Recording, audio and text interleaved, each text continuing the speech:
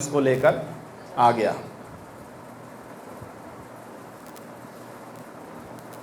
Hallelujah. आप इधर बैठे, हाँ, इसकी टांगों को पकड़े रखें, कोई बच्चा नहीं तो गिरा देगा। सही है, हाँ, मेहरबानी। हालेलुया। सो हमने ये सीखा था कि दो बादशाह आपस में क्या थे, दुश्मन थे, और उनके बीच में जंग हुई और एक बादशाह ने दूसरे बादशाह को फतह किया और उसको अपना ग़ुलाम बना लिया और अपने मुल्क में लेके आ गया।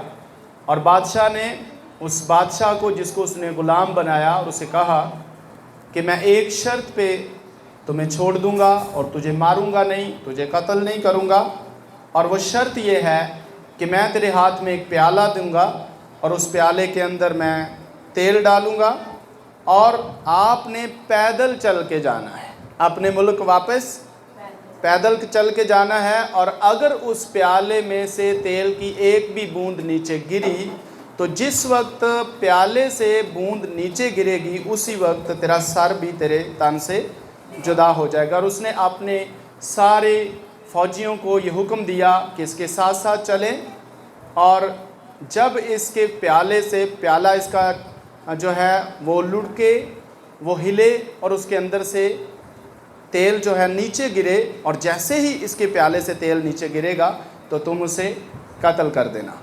और साथ ही साथ उसने अपने लोगों को ये हुक्म दिया कि इसके साथ जाओ, इसकी ठट्ठाबाजी करो, इसको बुरा भला कहना, जितना इसको तंग कर सकते हो इसको तंग करना, अपनी ज़ुबान से इसको बुरा कहना, ताकि इसको गुस्सा आए, ताकि इसका ध्यान भटके प्याले से और प्याले में से तेल जो है वो नीचे गिरे और फिर ये मारा जाए।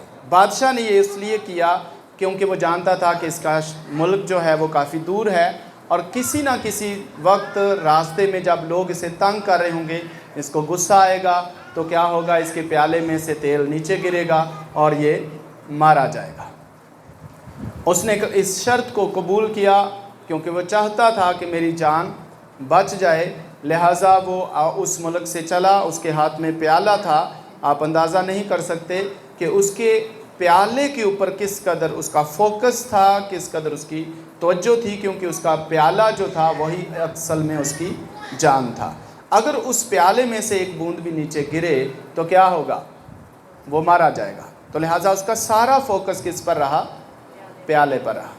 और वो इस तरह आहिस्ता आहिस्ता चलता रहा, आहिस्ता आहिस्ता चलता रहा, और लोग उसे तंग करते रहे, गालियां देते रहे, बुरा भला कहते रहे, उसको हुटिंग करते रहे, उसको परेशान करते रहे। उसको बहुत ही ज़्यादा लोगों ने लान तान किया, उसको परेशान किया, ताकि वो हमारी बातों को सुने और गुस्सा करे और उसका प्याला जो है उसके हाथ से हिले और उसमें से जो तेल है वो बाहर गिर जाए।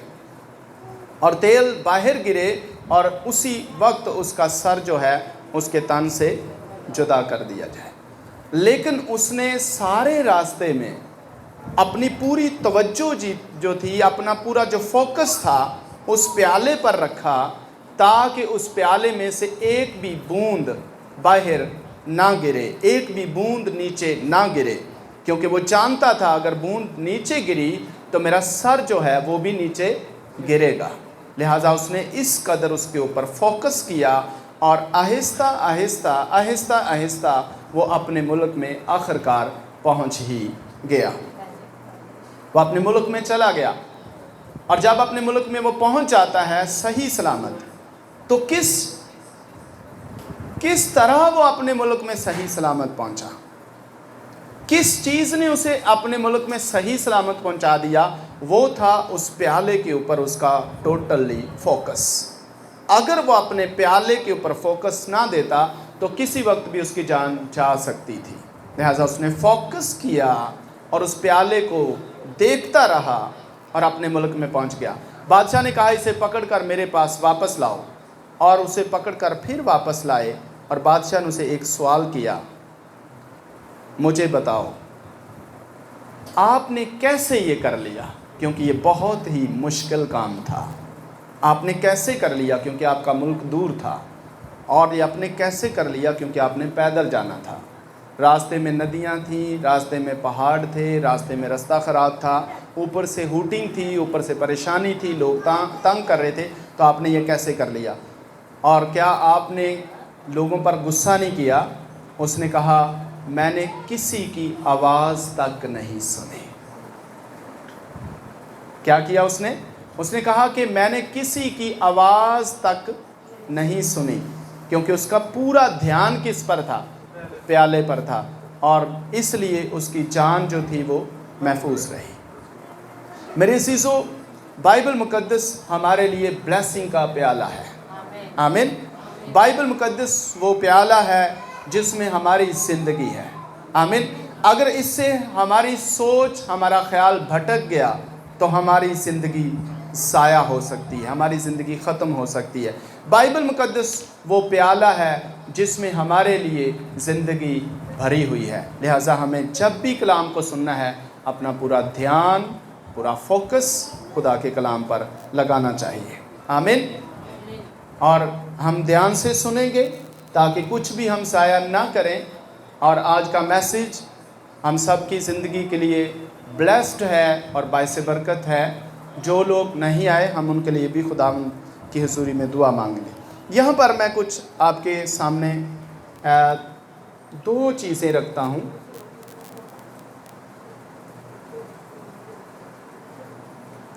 और ये आप देख सकते हैं,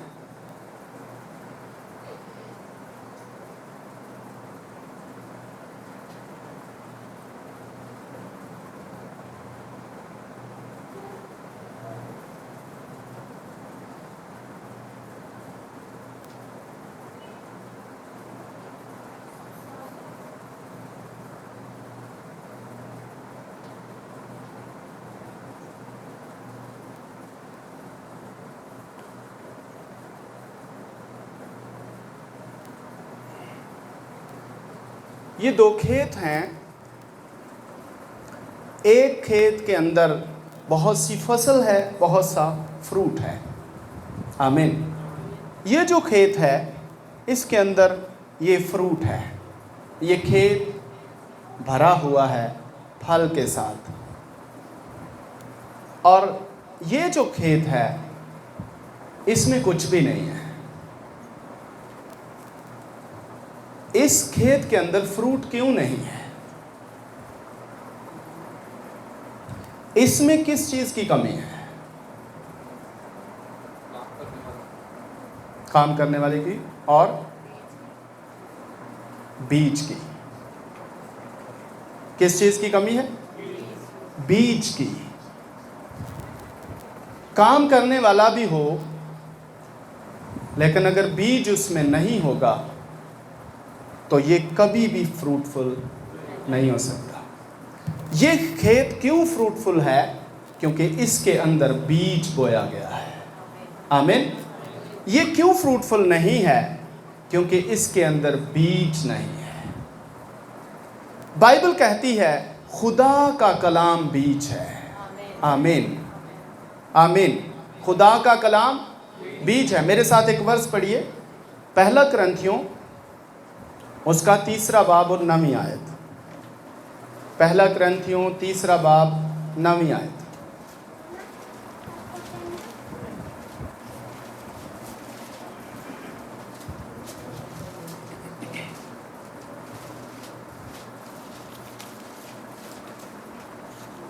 हालेलुया। ये बहुत ही ब्लेस्ड होने जा रहा है आपके लिए, और हम शुक्रगुजार हैं खुदावंद के। Praise the Lord.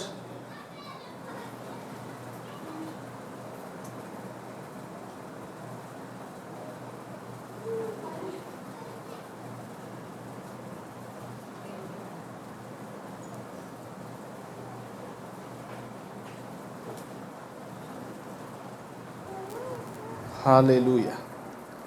जी, वर्ष में लिखा है, ये पढ़िए कोई भी। क्योंकि हम खुदा के साथ काम करने वाले हैं, तुम खुदा की खेती और खुदा की अमारत हो। आमीन। बाइबल में लिखे है, पहला कुरिन्थियों उसका 3 बाब 9 आयत में लिखे है, क्योंकि हम खुदा के साथ काम करने वाले हैं। आमीन। लिखे है क्योंकि हम खुदा के साथ काम करने वाले हैं, और हम खुदा की खेती हैं और खुदा की अमारत हैं। आमीन। बोलिए, मैं खुदा के साथ मिलकर काम करने वाला हूँ। मैं खुदा के साथ मिलकर काम करने वाला हूँ। आमीन। मैं खुदा के साथ मिलकर काम करने वाला हूँ और मैं खुदा का खेत हूँ। आमीन। मैं खुदा का, सब बोलिए, मैं खुदा का खेत हूँ। मैं खुदा का खेत हूँ। अब आप ये खेत हैं या ये खेत हैं? हाँ, कौन सा खेत है? भरा हुआ जो है, इसमें बीज है और बीज खुदा का। क्या आप ये हैं? क्या आपके पास खुदा का कलाम है? क्या आपके अंदर खुदा का कलाम है? क्या कलाम को आप जानते हैं? क्या आप ब्लेस्ड हैं? वो शख्स कभी भी ब्लेस्ड नहीं हो सकता जिसके पास बीज नहीं है। चले हम ऐसा करते हैं, इस खेत के अंदर बीज है और ये ब्लेस्ड है, क्योंकि बीज उगेगा और ब्लेस्ड होगा। बीज उगेगा और ये फ्रूटफुल हो जाएगा खेत। जब इसके अंदर बीज होगा तब ही ये फ्रूटफुल होगा। आमीन। बीज के बगैर ये कभी भी फ्रूटफुल नहीं हो सकता। अच्छा, हम कोशिश करते हैं, हम इसके लिए यहाँ पर कोशिश करते हैं, हम 40 दिन का रोज़ा रख लेते हैं। चलें, फ्रूट आ जाएगा। चले हम अपने पास्टर को साथ में ला लेते हैं। हम दुआ करेंगे। 40 दिन दुआ में ठहर जाते हैं। पास्टर को साथ में ला लेते हैं। पास्टर को साथ में लाएंगे, 40 दिन दुआ करेंगे, फ्रूट आ जाएगा। चले हम ऐसा करते हैं, हम कलीसिया भी साथ में ला लेते हैं।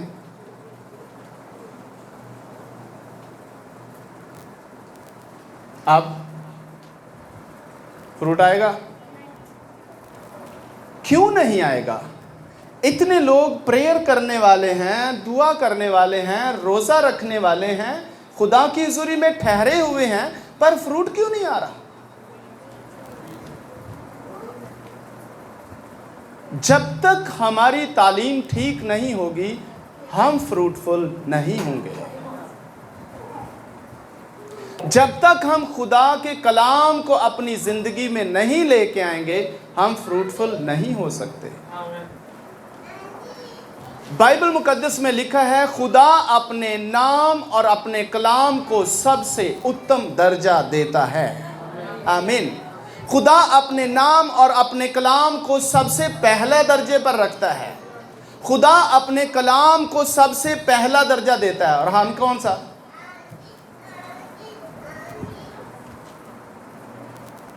हम कलाम को कोई दर्जा देते ही नहीं है। फिर हमारी बुनियाद जो है वो कलाम है। आमीन। कलाम सुनने से क्या होता है?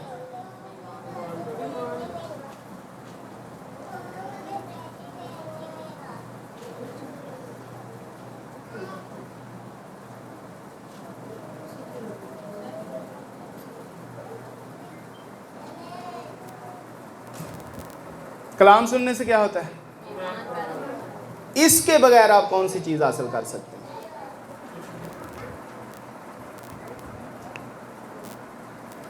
जब तक ये नहीं पैदा होगा और ये पैदा होगा इसके वसीला से। बुनियाद क्या है? उससे क्या होगा? ईमान। और कलाम क्या है?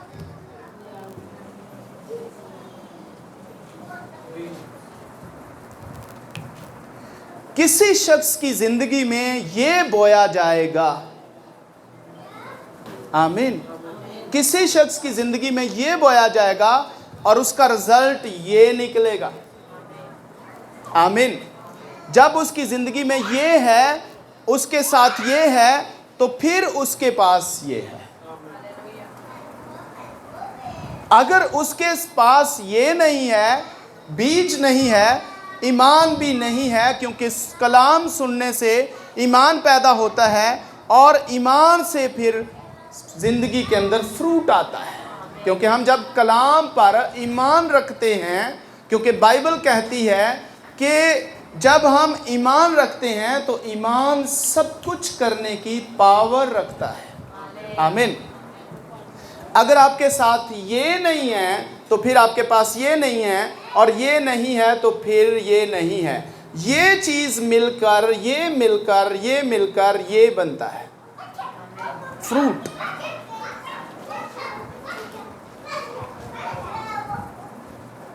आमीन, हालेलुया।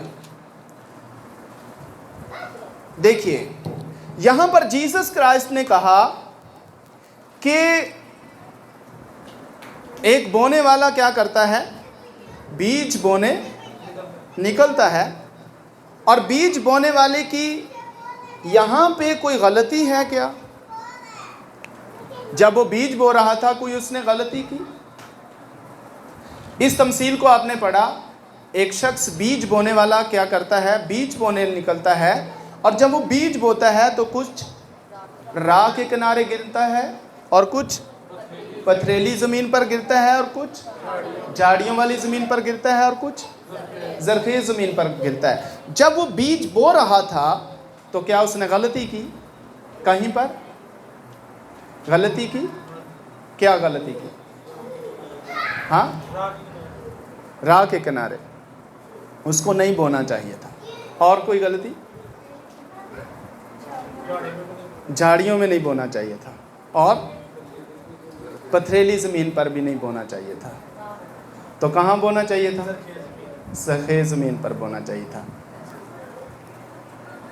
एक्चुअली ये ज़मीन जो हैं, ये चारों ज़मीनें जो हैं, ये इंसान है।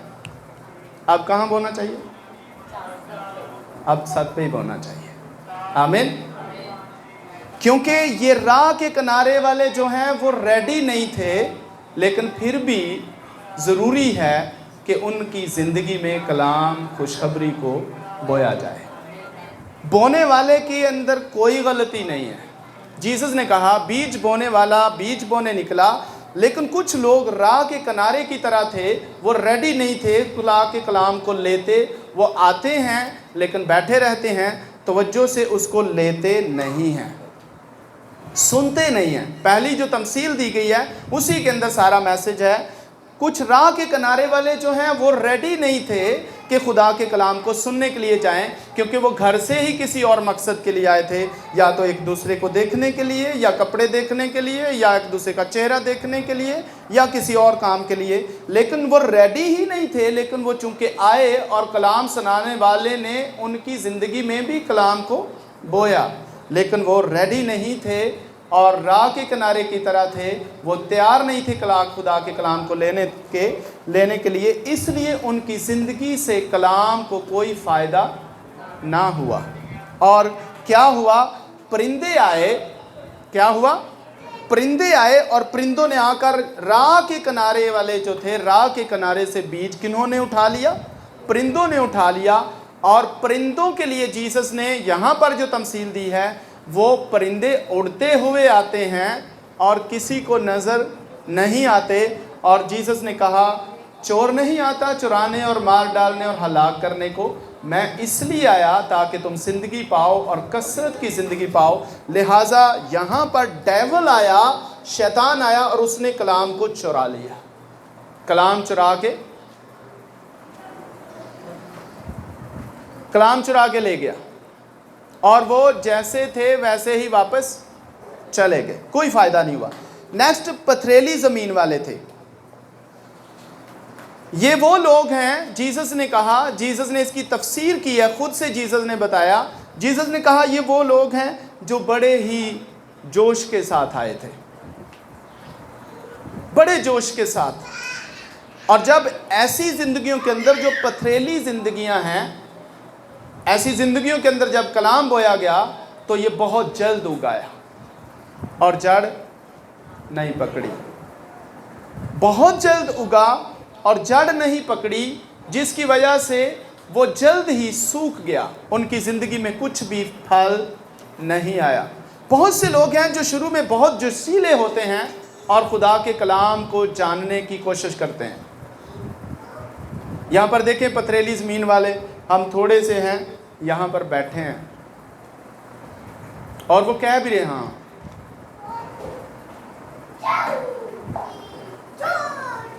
पथरीली ज़मीन वालों ने बड़े जोश के साथ खुदा के कलाम को सुना, लेकिन और जल्द ही उनकी ज़िंदगी में कलाम उगा, लेकिन जड़ ना पकड़ सके और जल्दी ही उनकी ज़िंदगी से वो फल जो है वो ख़त्म हो गया और वो जड़ ख़त्म होगी, कलाम का असर जाता रहा, असर ख़त्म हो गया, बहुत जल्द असर ख़त्म हो गया।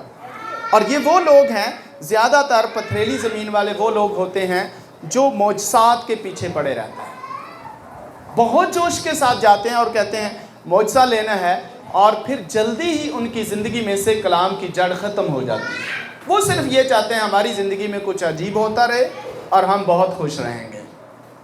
और जब कुछ अजीब होता है वो जोश के साथ खुदा के कलाम को कबूल करते हैं, लेकिन खुदा के कलाम के साथ जुड़े नहीं रहते, लिहाजा कलाम की जड़ उनकी ज़िंदगी में बन नहीं पाती, इसलिए वो बेफल रह जाते हैं। नंबर 3 पे झाड़ियाँ।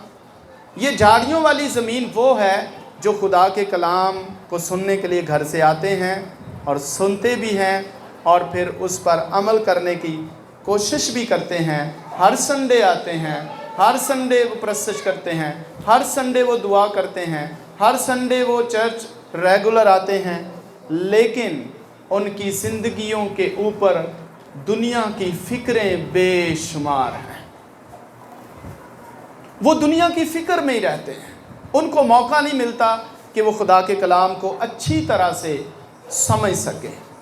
वो चर्च रेगुलर रहेंगे, सारी ज़िंदगी चर्च आते रहेंगे, हर इतवार चर्च आएंगे और प्रस्तुत करेंगे, हम्द करेंगे, सताइश करेंगे, लेकिन प्रस्तुत से, सताइश से, दुआ से फ्रूट नहीं आता।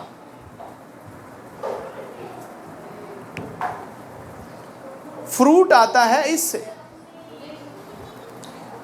ये होगा तो ये चीज़ें काम करेंगी। बीज होगा तो आपके लिए प्रशंस काम करेगी, बीज होगा आपकी दुआ काम करेगी, बीज होगा तब आपके लिए रोज़ा काम करेगा, उस बीज को बेहतर से बेहतर फ्रूट लाने में। तो पहला काम क्या है? आपकी ज़िंदगी में बीज हो। हमें बीज के बारे में कुछ भी इल्म नहीं होता, लिहाजा वो लोग आते हैं, प्रशंस करते हैं, चूँकि ये नहीं और ये होता है, और झाड़ियाँ उनकी दुनिया की फ़िक्रें जो उनके ऊपर पड़ी रहती हैं, दुनिया की फ़िक्रें उनको बढ़ने नहीं देती। वो कभी भी क्या कर जाते हैं, जब जी चाहे दुआ कर ली, चर्च आ गए, छुट्टी मार ली, संडे को प्लान कर लिया कहीं जाने का, इधर उधर जाने का प्लान कर लिया, और ईद आ गई तो बस उनकी मौजें हो गई, ईदें हो गई। हाँ, वो ये नहीं जानते कि ये हम सबसे ज़्यादा कीमती चीज़ रखते हैं। बाइबल मुक़द्दस के अंदर लिखा है, खुदा का कलाम सोने और चांदी के हज़ारों सिक्कों से ज़्यादा कीमती है। उनके पास दुनिया की सबसे बड़ी ताकत, दुनिया की सबसे बड़ी कीमती चीज़ उनके पास खुदा का कलाम है। ये बहुत ही कीमती है, लेकिन वो इसको छोड़कर कहाँ चले जाते हैं? दुनिया की फ़िक्रों में चले जाते हैं, अपने काम में बिज़ी हो जाते हैं, अपनी जॉब में बिज़ी हो जाते हैं। काम करना चाहिए, जॉब करनी चाहिए, लेकिन जॉब का टाइम है और बिज़नेस का भी टाइम है। सारी दुनिया जॉब करती है, जॉब का एक टाइम है, वो जॉब पे जाते हैं, लेकिन खुदा की प्रशंस करने का, हम्द करने का भी खुदा टाइम देता है। लिहाजा वो दुनिया की फ़िक्रों में रहते हैं। वो शादी का बहाना मिल जाता है, बहुत मौजें लग जाती हैं, चर्च जाने से ज़िंदगी छूट जाती है, दुआ से बंदा हट जाता है, चर्च नहीं जाता, प्रशंस नहीं करता, मुक़द्दसीन के साथ नहीं मिलता। लिहाजा ये जो झाड़ियों वाली ज़िंदगी है, ये एक ऐसी ज़िंदगी है जो बहुत ही ज़्यादा टेंशन में और प्रॉब्लम में रहती है। क्यों? क्योंकि एक तरफ तो ये खुदा के साथ जुड़ना चाहती है और दूसरी तरफ दुनिया की कश्मकश इसको अपनी तरफ खींच रही है। और ये ज़िंदगियाँ वो हैं जो झाड़ियों के अंदर, आपको पता है झाड़ियों के अंदर क्या होता है? कांटे होते हैं। ये वो ज़िंदगियाँ हैं जो कांटों के अंदर रह रही हैं। इनकी ज़िंदगी में ना सुकून आएगा, ना चैन आएगा, ना इनकी ज़िंदगी के अंदर कोई खुशी है, ना शादमानी है, क्योंकि झाड़ियों ने इनको घेरा हुआ है। ये कोशिश करते हैं खुदा के कलाम के ऊपर भी ध्यान देने की, लेकिन ज़्यादातर इनके ऊपर दुनिया का बोझ है, दुनिया की फ़िक्रें हैं, जिसकी वजह से ये फ्रूटफुल नहीं हो पाते। 4th नंबर पे हमारे पास एक ऐसी ज़मीन है जो ज़रखेज़ है, जो कि खुदा के कलाम को पहला दर्जा देती है और खुदा का कलाम बड़ी तवज्जो के साथ सुनती है, जिससे उनका ईमान बढ़ता है और ईमान के वसीला से वो अपनी ज़िंदगी के अंदर जो खुदा का कलाम वो सुनते हैं, उस बीज को अपने अंदर रखते हैं और तवज्जो करते रहते हैं। बाइबल में लिखा है, जो मेरे कलाम पर ध्यान देगा, जो मेरे कलाम पर तवज्जो करेगा, वो क्या देखेगा? भलाई देखेगा। आमीन। तो कलाम पर तवज्जो करने से ये मुराद नहीं है कि आप बाइबल खोलें और बस इसको देखते रहें, तवज्जो कर रहा हूँ। इसका मतलब ये है, जो कुछ इसमें लिखा है, हमने पिछली दफ़ा इस बात को सीखा था, हमारे साथ जो खुदा ने वादे किए हैं वो 8000 वादे हैं। कितने? 8000 वादे और 7000 ऐसे प्रॉमिसेस हैं हमारे साथ, जो कि हम अगर वो डायरेक्टली हैं, 7000 डायरेक्टली हमारे साथ खुदा ने प्रॉमिसेस किए हैं। अब इतने बड़े वादे, हम किसी एक शख्स के साथ वादा करते हैं, सारी ज़िंदगी उसके साथ बता देते हैं, उस वादे पर रहते हुए सारी ज़िंदगी बता देते हैं, सारी ज़िंदगी एक ही वादे पर हम गुजार देते हैं। खुदा ने हमारे साथ 7000 वादे किए हैं और एक से एक वादा जो है वो बढ़कर है, एक से एक वादा जो है ब्लेस्डफुल है। एक ही वादे को ले लें अपनी ज़िंदगी के अंदर, कोई एक वादा बाइबल से ढूंढें, उस एक वादे को अपनी ज़िंदगी में रख लें, उसको प्रैक्टिस करें जब तक कि वादा आपकी ज़िंदगी में फ्रूटफुल ना हो जाए। आमीन। जब वो आपकी ज़िंदगी में फ्रूटफुल हो जाए, देन सेकंड आप ले सके हैं प्रॉमिस, सेकंड प्रॉमिस लें और उसको अपनी ज़िंदगी में इतना प्रैक्टिस करें कि खुदावंद मैं इस वादे को लेता हूँ। और बाइबल में लिखा है, हम खुदा की खेती हैं और खुदा की खेती फ्रूटफुल है। मैं खुदा के साथ मिलकर काम करने वाला हूँ, इसलिए मैं बढ़ूंगा और मैं फातेह हूँगा, मैं फ्रूटफुल हूँगा, मेरी ज़िंदगी में फल रहेगा, क्योंकि मेरे साथ खुदा मिलकर काम करता है। आमीन। कौन खुदा काम कर रहा है मेरे साथ? खुदा। मैं खुदा का क्या हूँ? पार्टनर हूँ और खुदा मेरा पार्टनर है। मैं खुदा का पार्टनर हूँ। आप देखें, खुदा का पार्टनर होके काम करना आपको कभी भी आपके बिजनेस को फ्लॉप नहीं कर सकता, आपके जॉब को फ्लॉप नहीं कर सकता, आपकी ज़िंदगी को फ्लॉप नहीं कर सकता, आपके बच्चों को फेलियर नहीं कर सकता, आप किसी तरह भी डाउन नहीं हो सकते, किसी तरह फेल नहीं हो सकते, क्योंकि आप एक ऐसे पार्टनर के साथ हैं जो हमेशा फ्रूट देता है और आप उसके साथ जुड़कर ब्लेस्ड रहेंगे और हमेशा ही फातेह और गालिब ज़िंदगी बसर करेंगे। आमीन। लेकिन आपको ज़रूरत किस चीज़ की है? जिसको लोग जानना नहीं चाहते, सीखना नहीं चाहते, समझना नहीं चाहते। और जब लोग इसको जानेंगे, जब लोग इसको सीखेंगे, यकीनन उनकी ज़िंदगी के अंदर फ्रूट आएगा और वो बहुत ही ज़्यादा ब्लेस्ड हो जाएंगे। आमीन। हालेलुया। Praise the Lord. एक और मेरे साथ हवाला ज़रा निकाले अमाल की किताब में से,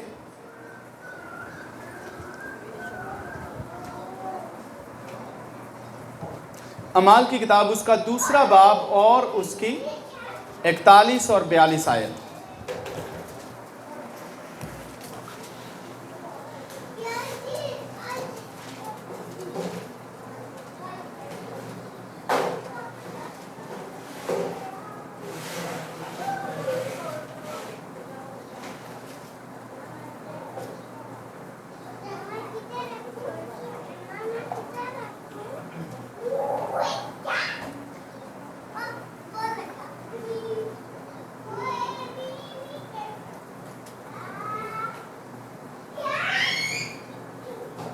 जी, यही तरतीब है, बाइबल तो यही तरतीब बताती है।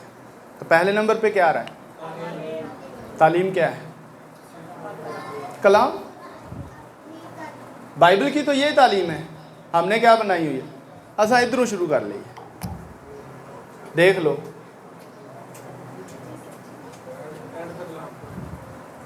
सही कह रहा हूं या गलत? बाइबल राइट से लेफ्ट आ रही है और हमने लेफ्ट से राइट शुरू कर लिया।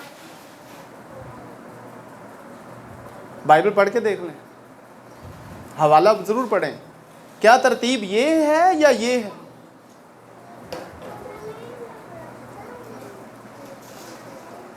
हम इस शख्स को बहुत प्रेफर कर रहे हैं,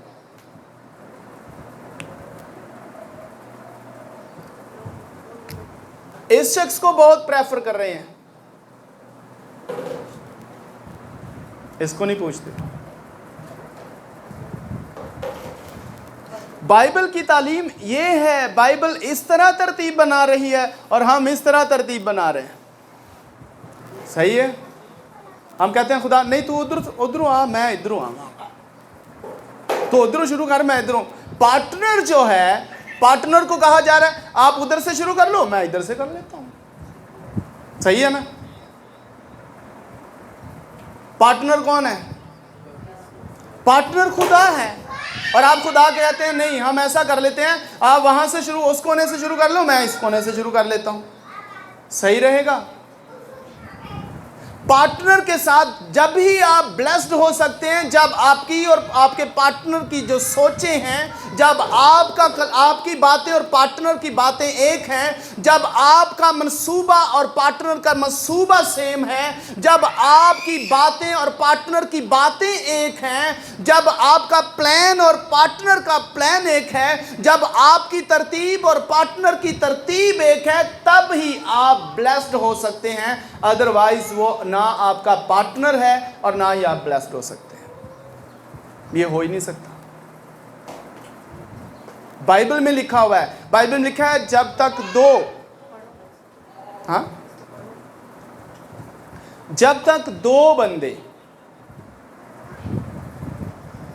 दो बंदों की सोचें आपस में ना मिलें तो वो इकट्ठे। पार्टनर तो ये कह रहा है जब तक मेरी सोच और आपकी सोच एक नहीं होगी तो हम नहीं चल सकते। तो पार्टनर खुदा है। खुदा कह रहा है कि मेरी सोच के साथ आपकी सोच मिलनी चाहिए, तब हम साथ चल सकते हैं। और अगर आप खुदा के पार्टनर हैं और खुदा के साथ मिलकर काम करने वाले हैं, तो फिर आपको अपने पार्टनर की सोच और तरतीब के मुताबिक चलना पड़ेगा, तब आप ब्लेस्ड होंगे। लेकिन हमने यहां से स्टार्ट लिया है। मैं ये कह रहा हूं ये नहीं करना है, ये बहुत अहम है, ये तो बहुत अहम है। ये नहीं करना है, ये भी बहुत अहम है। क्या ये नहीं करना है, ये भी अहम है। ये बहुत ही अहम है।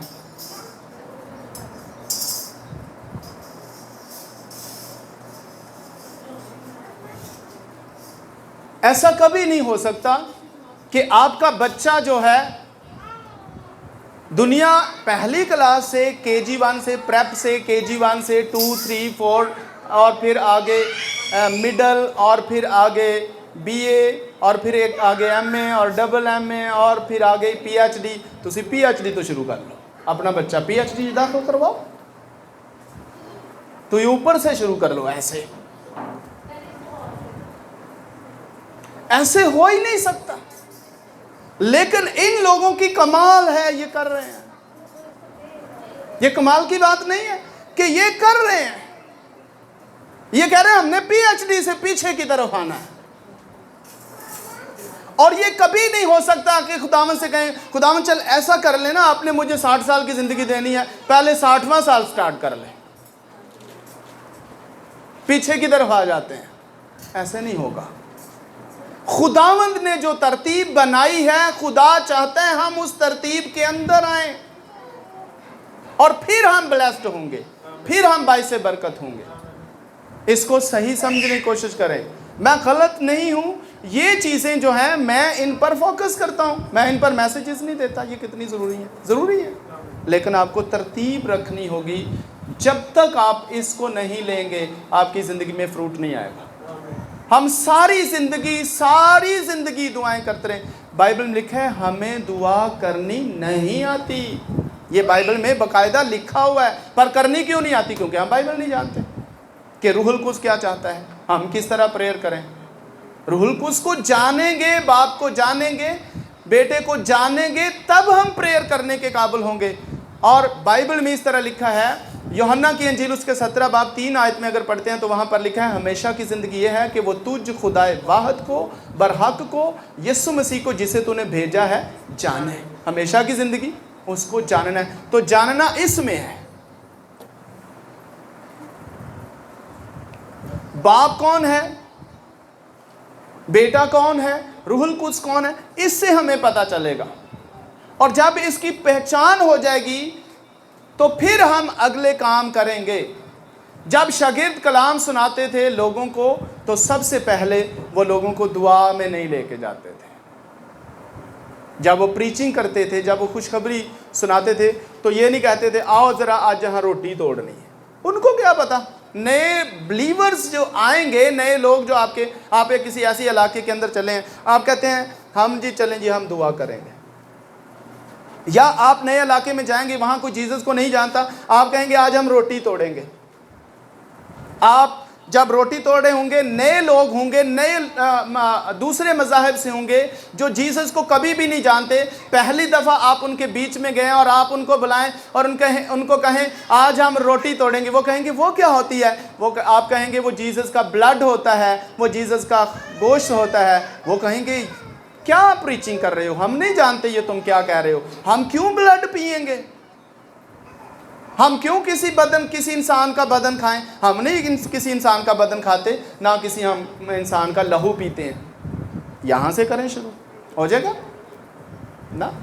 वो सुनेंगे नहीं आपकी बात। आपको पहले उनको तालीम देनी होगी।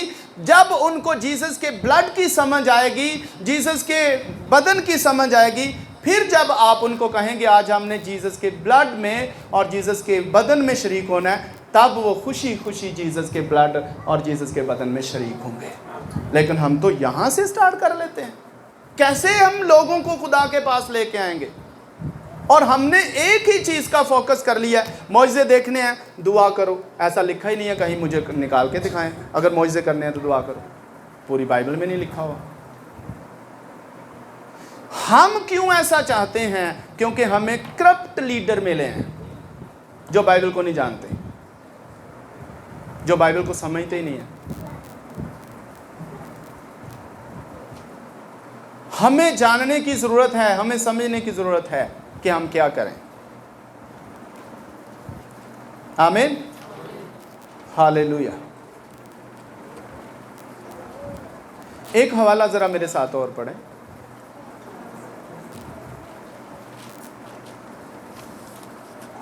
मरकज़ की इंजील 16 बाब और उसके 15 से 18। ये बहुत ही इंटरेस्टेड है, हम इसको बस क्लोज करने वाले हैं।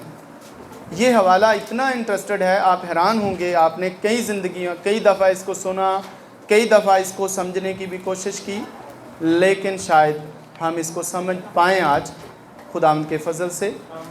हालेलुया। जी पढ़िए, कोई भी इसको पढ़ें। जी जी। और उसने उनसे कहा कि तुम तमाम दुनिया में जाकर सारी खल्क के सामने अंजील की मुनादी करो। यहाँ पर पहले क्या लिखा है? जाकर अंजील की। इसका क्या मतलब है? खून और गोश्त देना लोगों को। सारी दुनिया के सामने जाकर, सारी खल्क के सामने जाकर, क्या इसका मतलब है दुआ करना? क्या मतलब है इसका?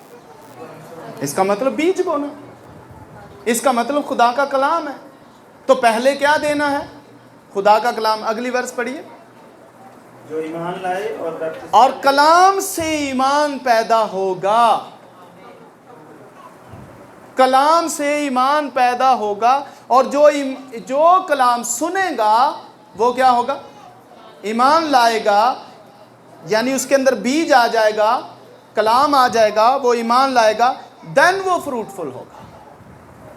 आगे, जो ईमान लाए और बपतिस्मा ले वो निजात पाएगा। जो ईमान लाए और बपतिस्मा ले वो निजात पाएगा। मेरे पास बहुत से लोग आए, जब उन्होंने बैप्टाइज लेना होता है, सच्चाई से बात कर रहा हूँ, वो उन्होंने बैप्टाइज लेना है, वो मेरे पास आते हैं, पासा मुझे बैप्टाइज के बारे में ज़रा बताएं, बपतिस्मा क्या है। मैंने कहा जी आपका पादरी नहीं आपको बताता कि बपतिस्मा क्या है? और उसने बताया था हमें समय नहीं है, बपतिस्मे का नहीं पता। ईमान लाए और बपतिस्मा ले और नजात। और जो ईमान ना लाए वो मुझे आमीन। ईमान लाए, बपतिस्मा ले और नजात पाएगा। अब मुझे बताएं, उसने रोज़े रखे हैं नजात पाने के लिए, दुआएं की हैं नजात पाने के लिए, अच्छे अच्छे काम किए ने नजात पाने के लिए, क्या किया? वो तो सिर्फ ईमान लाया, कलाम सुना, ईमान लाया, बपतिस्मा लिया और नजात, कुछ भी नहीं किया। तो हम क्या कह रहे हैं? चंगे काम करोगे तो नजात मिलेगी। चंगे काम करने का मतलब और है, वो भी करने हैं, इनकार नहीं है, बहुत ज़रूरी हैं, लेकिन उनका और उनका अजर है, वो और चीज़ें हैं। हाँ जी, आगे क्या लिखा है? नजात पाएगा और जो ईमान ना लाए वो मुजरिम। हाँ, जो ईमान ना लाए वो मुजरम ठहराया जाएगा। किस पर ईमान लाना है? फिर उसी बात पर, कलाम पर ही ईमान लाना है। जो खुशखबरी सुनाई गई है उसी खुशखबरी पर ईमान लाना है, और उसी खुशखबरी पर ईमान लाने के सबब से क्या पाएगा? कोई रोजे नहीं रखे, कोई दुआएं नहीं की, जस्ट कलाम सुना, तालीम सुनी, कलाम सुना, ईमान लाया, और देन क्या आ गया? नजात। अब नजात पाली तो क्या बन गया? रास्तबाज। अब सारे काम रास्तबाजी दे करने हैं। आमीन।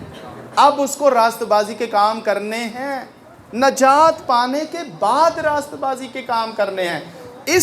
इसको हासिल नहीं करता, इसको हासिल नहीं करता, इसको नहीं करता, इसको नहीं करता, इसको हासिल नहीं करता, दुआओं करने से तो ये हाल है, नजात नहीं मिलेगी। करता रहे दुआएं। फिर जो कलाम सुनेगा, ईमान लाएगा, बपतिस्मा लेगा, नजात। और नजात पाली तो रास्तबाज बन गया है। आमीन। रास्तबाज। अब इसने रास्तबाजी के काम करने हैं।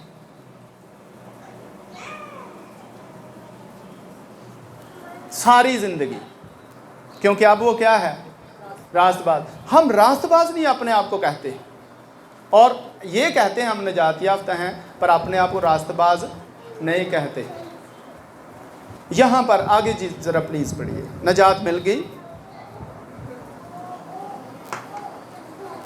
और ईमान लाने वालों के दरमियान ये मोजज़े होंगे, वो मेरे नाम से बदरूहों को निकालेंगे। ये बहुत इंटरेस्टेड है, मैं आपको कह रहा हूं। तो आमीन, आमीन। ये बहुत इंटरेस्टेड है। आपको धचका लगेगा, इतनी देर से आप खुदा का कलाम सुनते आ रहे हैं, आपको धचका लगेगा जब आप इसे सीखेंगे। दोबारा जरा पढ़िए। और ईमान लाने वालों के दरमियान ये मोजज़े होंगे। आमीन। ईमान लाने वालों के दरमियान मोजज़े होंगे। जो लोग ईमान लाएंगे, जो लोग ईमान लाएंगे, उनकी जिंदगियों में से मोजज़े होंगे। आप ईमान लाए, हाथ जरा दिखाइए। कितनी देर से आप नजात याफ्ता हैं? कितने लोगों ने दूसरे लोगों के सरों पर हाथ रख के दुआ की शिफा के लिए? कितने लोगों ने बदरूहें कटी? आगे भी ज़रा पढ़ दें, इसको पढ़ लें ज़रा गौर के साथ। वो मेरे नाम से बदरूहों को निकालेंगे। कौन? जो ईमान लाएंगे, उनकी ज़िंदगियों में मोजज़े होंगे, और वो मेरे नाम से बदरूहों को निकालेंगे। अब मुझे हाथ दिखाएं, आप ईमान लाए या नहीं? ऊपर करें हाथ। ना ईमान लाए? ऐसे क्यों कर रहे हो? डर रहे हो किसी को? अही कहे तो नहीं डरते, अंज करो तो ही। ईमान लाए, जो ईमान लाएंगे उनके बीच में क्या होंगे? और आगे क्या लिखा है? किन्निया बदरूआ कड्डियां?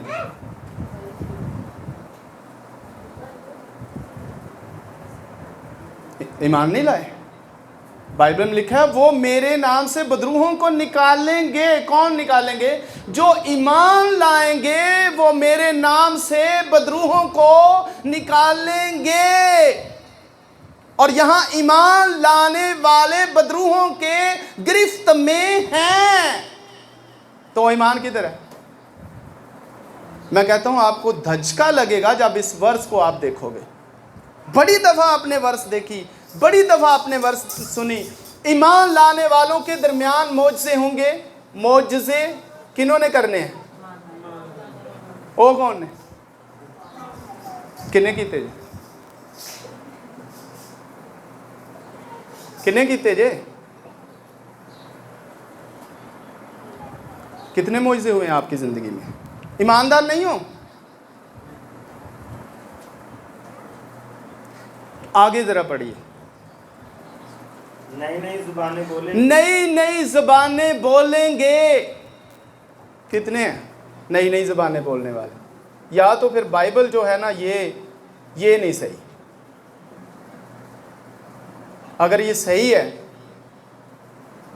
तो फिर जेड़ा आंदा मैं ईमान लाया तो वो गलत है। ईमान लाने वाले मौजज़े करेंगे। मौजज़े क्या होता है? शिफाएं देना, अजीब काम करना। आपने किसी को शिफा दी पे हजे तक आप ही मांगते फिर दियो शिफावा। कैसे ईमानदार हैं? जब पर्दा पीछे किया जाए तो फिर समझ आती है हम कहां पे हैं।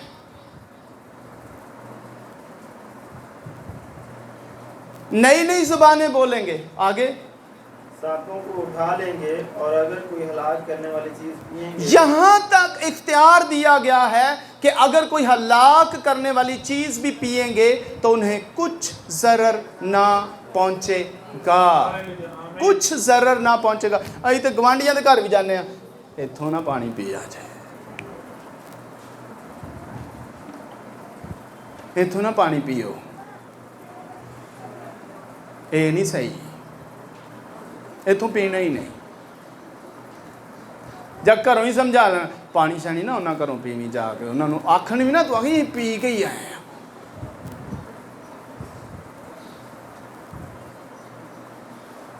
ये कौन काम करेगा? ईमान किससे पैदा होगा? कलाम से। इसका मतलब है सिरे से ही आप कुछ नहीं है, क्योंकि आपके पास कलाम ही नहीं है। जिससे आपने फ्रूटफुल होना है वही नहीं है आपके पास। आप बुनियादी तौर पर ही करप्ट है, कुछ है ही नहीं आपके पास। ये होगा, इससे फिर सारा काम आगे होगा। इसके बगैर है ही नहीं है, हो ही नहीं सकता।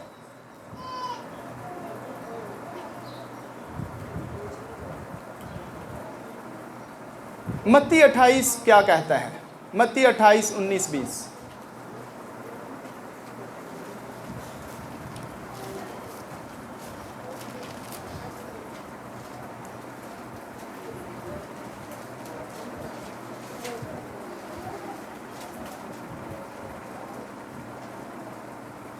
हाँ जी पढ़िए।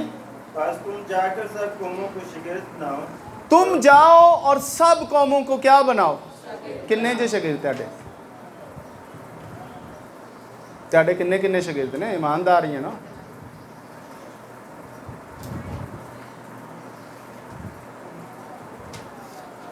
जीसस ने हमें उस्ताद बनाया है। आमीन। असी की हैं कुछ भी ना असी शागिर्दां च हैं। अभी मैं कल की बात बता रहा हूँ। कल जब हमें घर में गए तो जिस घर में हमने सामान शिफ्ट किया है, हमने जाकर वहाँ शुक्रगुजारी की और आंसुओं के साथ खुदावंद की बड़ी हसूरी थी वहाँ पर। तो अगर आप उसके लिए प्रेयर करें, सब कौमों को शागिर्द बनाओ। सब कौमों को, जहां कहीं भी हूं, आपको शागिर्द पैदा करने हैं। आमीन। आप कहिए मैं शागिर्द पैदा करूंगा और मैं मौजज़े करूंगा और मैं शिफाएं दूंगा और मैं अजीब काम करूंगा, क्योंकि खुदा ने मुझे इस काबिल बनाया है। मैं उसका बीज बोता जाऊंगा और बहुत सा फ्रूट लाऊंगा खुदा की हजूरी में। आमीन, हालेलुया। कौमों को शागिर्द बनाओ और उनको बाप और बेटे और रूहुल कुद्स के नाम से बपतिस्मा दो और उनको ये तालीम दो। उनको कौन सी? उनको ये कौन सी तालीम? बाइबल मुकद्दस की बात हो रही है, खुशखबरी की बात हो रही है। उनको ये तालीम दो कि उन सब बातों पर अमल करें। सब बातों पर तुसी 2-3 चुन लो विचों, बैठ। लिखा है उन सब बातों पर अमल करें जिनका मैंने तुम्हें हुक्म दिया। असां दे विचों अपने अपनी मर्जी दियां चुन लियां। एक तो हाँ यह चुन लिया है ना, अही दुआ करनी है जी। जिसने आख्या तुम कलाम भी पढ़िया करो, सीखिया करो, नहीं नहीं वो कादी जरूरत है, अही दुआ ही करनी है। दूसरा की है जी, असी रोज़े रखने, ठीक है। तीसरा की है हदायत यकीनी देनी करनी, ये बिल्कुल नहीं देनी, हाँ नहीं देनी, अही हदिया देना करना। अही चुन लिया ने ना चीज़ां। जीसस ने कहा उन सब बातों की क्या करो, तालीम दो, ताकि उन सब बातों पर क्या किया जाए, अमल किया जाए। ये सारी बातें बाद में अमल करना है, पहले हमें किसकी ज़रूरत है? कलाम की। इनको हमने कभी भी नहीं छोड़ना, ये बहुत अहम है। लेकिन ये हमारी ज़िंदगी में इफेक्टिव तब होंगी जब हमारे पास बीज होगा। अगर उस खेत के अंदर बीज बोया गया है तो आपकी दुआ काम करेगी, आपका रोज़ा काम करेगा, आपकी दया की काम करेगी, आपका हदिया काम करेगा। अगर उस खेत के अंदर बीज नहीं है, आपकी दुआ, आपके रोज़े, आपकी दया की, आपके हदिये, आपका चर्च आना, आपका प्रस्तुत करना, आपका दुआएं करना, आपका खड़ा होना, क्योंकि सिरे से जिस चीज़ की ज़रूरत है, जिससे सब कुछ फ्रूटफुल होना है, वो नहीं है आपके पास। पूरी गाड़ी ले आओ, पूरी गाड़ी ले आओ, हाँ सारी गाड़ी ले ली आपने, शोरूम से आपने गाड़ी खरीद ली है, ले ली आपने गाड़ी, कोई कमी नहीं है उसमें, बिल्कुल सही है, उसमें पेट्रोल ना डलवाओ,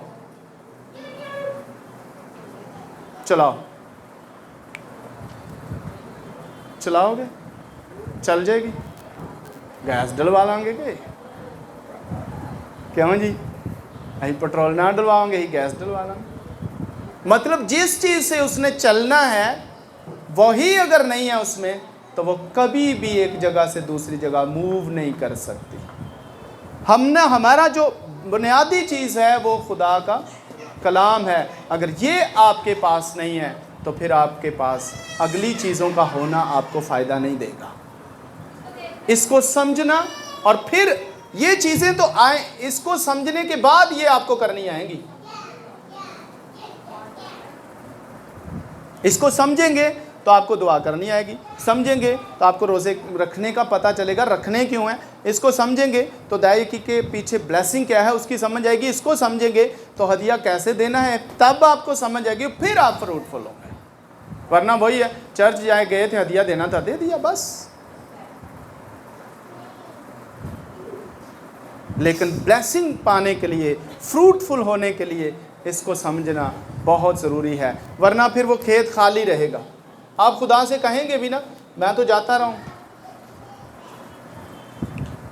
लेकिन मैं सारी ज़िंदगी गरीब रहा हूँ, तो खुदा कहेगा इसलिए क्योंकि तेरे खेत के अंदर बीज नहीं था जिसको मैंने बढ़ाना था। हमने कई तमसीलें दी, कई दलीलें दी कि आप 8 साल के बच्चे को कभी भी हाथ रखने से 18 साल का नहीं कर सकते, पर साड़ी सोच यही है, पादरी दुआ करेगा ऐ हो जाएगा, इंज नहीं होना, हो जाएगा। 8 साल का बच्चा हाँ पादरी हाथ रख के 18 साल का हो जाएगा। कलाम के बगैर आप कभी भी स्पिरिचुअल नहीं हो सकते। कलाम नहीं है, आप स्पिरिचुअल नहीं है, चाहे आप जितनी मर्जी दुआ करें, क्योंकि कलाम जो है बुनियादी चीज़ वो है, सब कुछ जो कुछ खुदा ने तख्लीक किया, खलक किया है, वो कलाम की बदौलत हुआ है। और कलाम खुदा के बेटे को तशबीहन बोला जाता है। इतनी बड़ी कलाम खुदा, यानी ये खुदा का दर्जा रखता है कलाम। इसलिए बाइबल में लिखा है कि उसने अपने कलाम और अपने नाम को सबसे ज़्यादा इज्जत दी है। आमीन। तो जब तक आप कलाम को नहीं समझते, आपके रोज़े बेकार, आपकी दुआएं बेकार, आपकी दायकी बेकार, आपके हदिये बेकार, और फ्रूट नहीं आएगा। सबसे बड़ी कमी जो आज की कलीसिया में वो यही है, वो कलाम नहीं सुनती, राग लगाती है, चर्च जाती है, प्रस्तुत करती है, बजाती भी है, सब कुछ करती है, लेकिन कलाम चूंकि उन्होंने छोड़ दिया। अब मुझे बताएं, लास्ट बात कर रहा हूँ, मेरा बेटा है, मैं इसे हुक्म देता हूँ यार कोई काम करो, यहाँ पे ये है, मैं इसे कुछ हुक्म देता हूँ, यहाँ पे मैं कुछ इसको बोलता हूँ, जो कुछ मैंने बोला है ये मौजूद है, ये सुनता नहीं है, यहाँ पे शॉप पे चला जाता है। मैंने ये सारा कलाम इसके साथ किया, इसके साथ बातें की, या खड़ा है यहाँ पे और ये मैंने सब कुछ कह दिया, अब ये चला गया है शॉप पे, क्या लेके आएगा? इसने तवज्जो ही नहीं दी, इसको पता ही नहीं है, इसने सुना ही नहीं है गौर से, इसको ये ही नहीं इल्म कि मैंने वहाँ जाकर क्या मांगना है। बहुत दफ़ा ऐसा होता है, बहुत से लोग शॉप से वापस आ जाते हैं। आपकी ज़िंदगी कभी एक्सपीरियंस किया आपने? वो असल में ये हुआ था, मैंने सही से सुना नहीं है। मेरी ज़िंदगी में कई दफ़ा ऐसे एक्सपीरियंस हुए कि जब किसी शख्स को किसी काम के लिए भेजा, वो वहाँ से जाकर वापस आया, ये इतनी अकल भी नहीं की, नहीं समझ आई, दोबारा पूछ लो, वहाँ चला भी गया, फिर वापस आया। एक्चुअली वो मुझे समझ नहीं आई कि आपने मुझे क्या कहा था। अब जब तक समझ नहीं आई तब तक आप कुछ भी नहीं ले सकते। समझ आएगी तो जो कहा जाएगा फिर आप ले सकते हो। आमीन। तो किसको सामने रखना है? कलाम। और अगर आप समझते हैं कि मैंने कलाम को समझ लिया है, मेरे अंदर कलाम मौजूद है, तो फिर आपकी ज़िंदगी में फ्रूट नज़र आए। सेकंड चीज़, तो फ्रूट के लिए ये पानी है, ये खाद है, ये पानी है, ये वो चीज़ें हैं, ये वो चीज़ें हैं जो आपको फ्रूटफुल बनाएंगी। पर पहले आपको ये और फिर ये ज़्यादा से ज़्यादा करें, ज़्यादा से ज़्यादा करें, ज़्यादा से ज़्यादा करें, ज़्यादा से ज़्यादा करें, फिर आप फ्रूटफुल हो जाएंगे। यहाँ का शहर का बंदा गांव में चला जाए और उसको गांव वाला कहे यार तंबाकू लगा लेगा? यहाँ पे वो बहुत बड़ा ऑफिसर है, बहुत पढ़ा लिखा बंदा है, यूँ समझे वो बैंक का मैनेजर है, उसको वो गांव में चला जाए, उसके कहे तंबाकू उगा तंबाकू, तो अनपढ़ किसान आखेगा तू इतना पढ़ा लिखा, तुझे तंबाकू नहीं लगाना आता? हाँ, इसलिए कि उसने बुनियादी चीज़ सीखी नहीं है जो तंबाकू लगाने और उसको काश्त करने के बारे में है। उसने एक्सपीरियंस नहीं किया, उसने तजर्बा नहीं किया, वो जानता नहीं है कि ये काम कैसे होगा। और यहाँ का भक्ति वहाँ चला जाए, वो कहेगा लो ये कौन सी बात है, अभी मैं 40 रोज़े में बैठता हूँ, अभी मैं दुआ करता हूँ, अभी तंबाकू बाहर आएगा? कभी भी नहीं आएगा। उसको बीज चाहिए तंबाकू का, वो बीज उगाएगा फिर तंबाकू आएगा। फिर उसको लगाना कैसे है? ये वो चीज़ें हैं फ्रूटफुल होने के लिए। हमने फ्रूटफुल होने के लिए ये चीज़ें पकड़ी हुई हैं, ये कोई पता नहीं है। आमीन। मुझसे करने हैं आप, हाथ उठाओ, मैं दुआ करूँगा। हालेलुया।